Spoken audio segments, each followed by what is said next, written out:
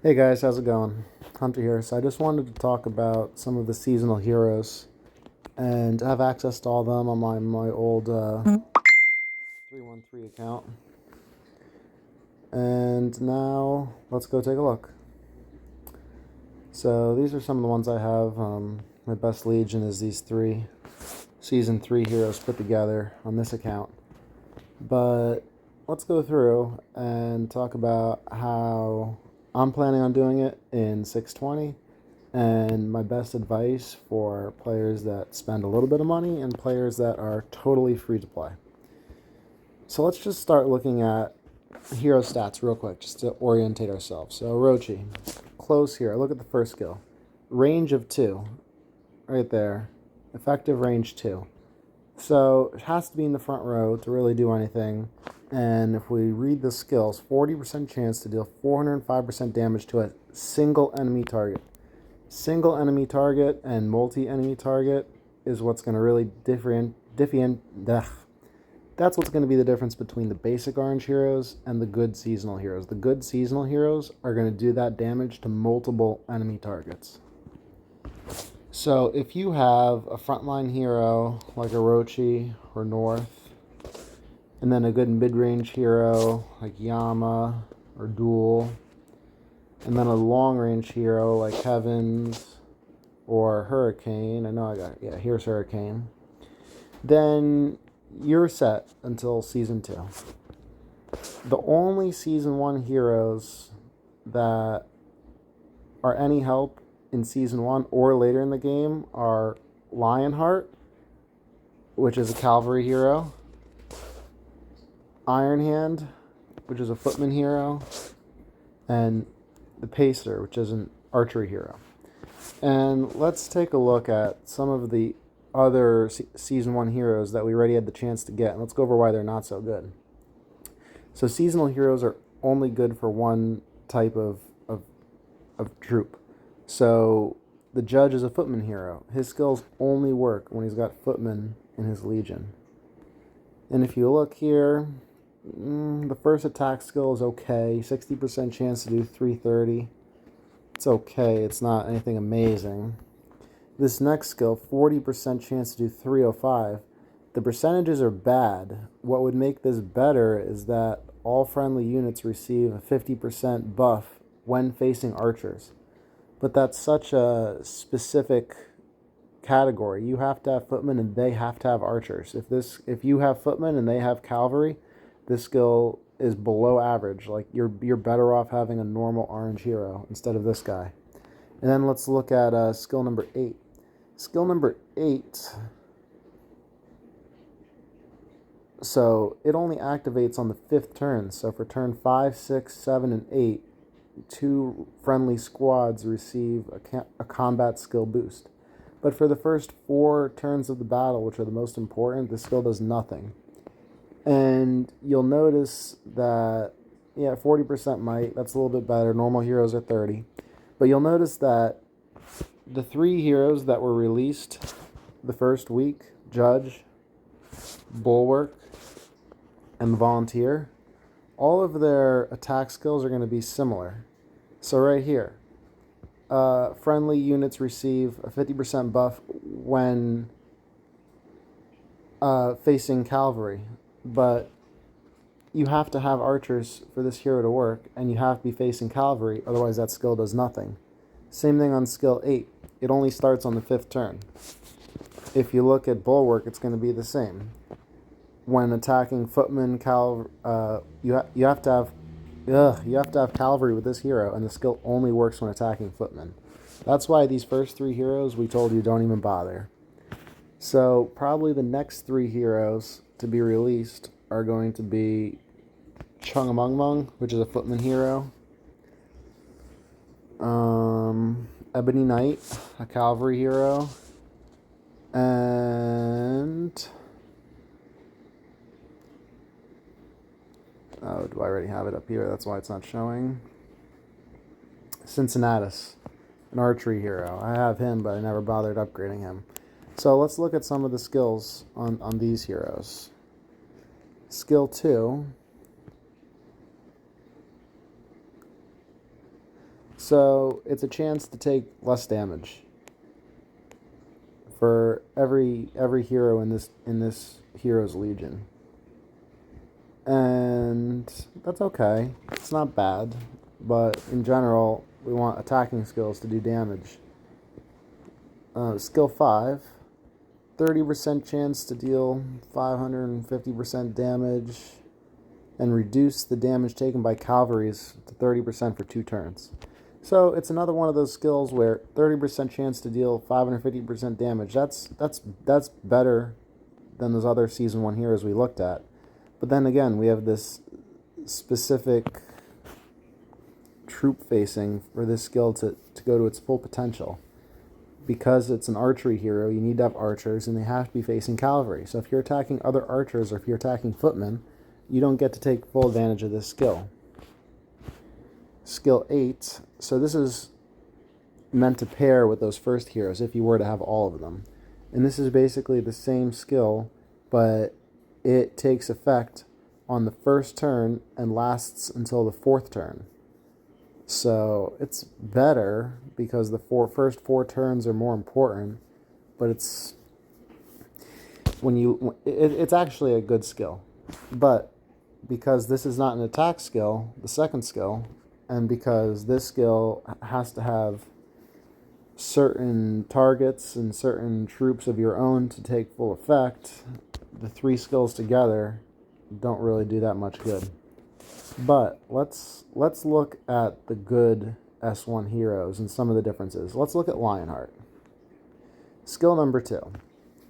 30% chance to deal almost 700% damage. That's pretty good. If it hits, you're doing massive damage. And it also causes a weaken effect of 20% for 1 turn. And if you look here, there's no requirements. It's going to happen no matter what. As long as you get that skill to cast, that 30% chance to happen, both of these are going to happen. That's good. Skill 5. 30% chance to deal 265% damage to 3 enemy squads within range. This is the first time that we've seen a skill that will attack more than one other hero. So if you add this up, it's actually 30% chance to deal 750% damage. But it's being spread over 3 squads. So that's a good skill. Now let's look at skill 8. So this is a prep skill, which is good because it can't be silenced. So if you cast this skill, you deal 427% damage to 2 enemy squads within range, which is basically a 50% chance to do 850% damage, which is pretty good. Really good. And here's the most important skill for these last 3 heroes that we've been saying is so important. The 7th skill. So it's a little bit tricky, but in the normal state, you get an extra 30% cavalry might and 30% marching speed. But every day for 20 minutes, you can activate this skill and you get 100% marching speed and 100% might for those 20 minutes. And if you guys look at the throne buffs, the Emperor buff is only 50% might. This is 100%. So this is twice as strong as the Emperor buff. And if you look at Lionheart, which is cavalry, Pacer, which is archers, and Iron Hand for footmen, all the skills are going to be similar. The 7th skill on all of these heroes is 100% might and 100% marching speed. The 8th skill, damage 3 enemy squads within range. The 5th skill, damages 1 squad and suppresses them. Suppressing is good. And there's no contingencies. These skills are not going to partially happen. You're going to get the full use of this skill. Attack 2, 45% for 500%. That's a good percentage for the percent of chance of it happening. That's pretty big. So that's why these are the heroes that after season 1 are still relevant and still can be played. Just to take a peek, that's all for season 1. But let's just take a peek at the most important heroes for season 2. The Immortal. This is the most important hero probably because he can be used the entire game. Every season the heroes get better, but this guy never gets replaced. Let's take a look at the 8th skill. 80% damage for the legion the hero is in. That means all 3 heroes every turn, 100% of the time, do 80% damage extra. So this is a always happening skill, and you don't have to have a chance for it happening. And it affects all 3 heroes. So if you have this hero in your legion, you're looking good. And he pairs well. There's no one that he does not pair well with. There are better options than others, but you can put him with any other heroes and he will do well. And he's a cavalry hero, can only work with cavalry. Where's Beast Queen? So another season 2 hero is Beast Queen. She goes in the front row. And let me see. There's one of her skills that... Yes, so it's the 5th skill.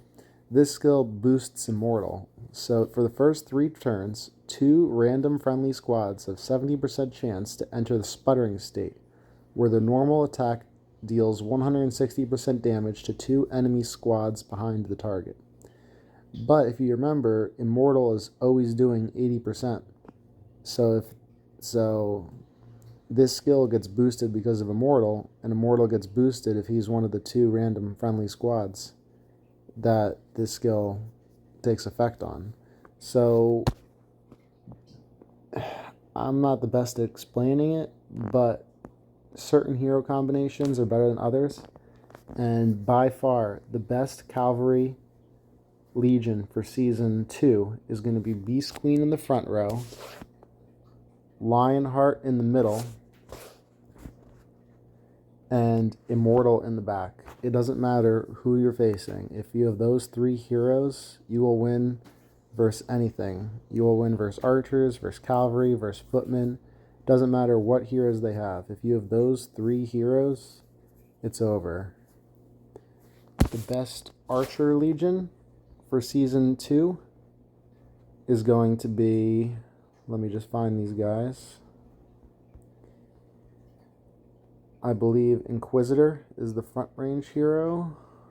Oh, I have him, but he's not leveled up. Inquisitor, right here. He would be in your front row. Pacer, the season 1 hero, would be your middle row hero. And Witch Hunter would be your back row hero. Archers are still important for season 2 because they have the best counterattack against cavalry. And unless someone has those 3 heroes, which I mentioned before, if you have these 3 archer heroes, you'll win against most other legions. So those are really the 6 heroes going forward, which are the most important. Footman heroes are good, but I wouldn't focus on them. If you happen to get some, that's great. Iron Hand, if you happen to get some, then you can go to the fragment shop and try and get some more duplicates. Peacebringer, a very strong footman hero, but at the same time, because of the way the game is set up, the cavalry and the archer heroes are more important. And just so you guys know, in case anyone does not, this is the token shop, and this is where you buy fragments. I would start saving the hero coins. If you look on this account, I have 3,300, and I would only buy 5 fragments at a time, but you can refresh 5 times a day. So I think I need some more rows and duplicates on this account, so I can buy 5 and then refresh for 200 gems.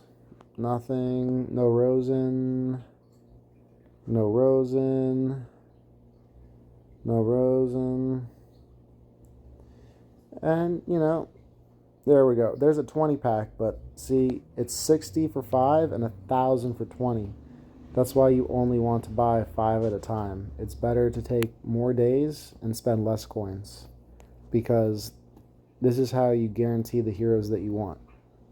If you can use your recruitment tickets and get on the banner days for the heroes and get 2 of the heroes, it won't take long to get the fragments. It'll probably only take about 2 weeks to get another duplicate with fragments, which might seem like a long time, but it's not.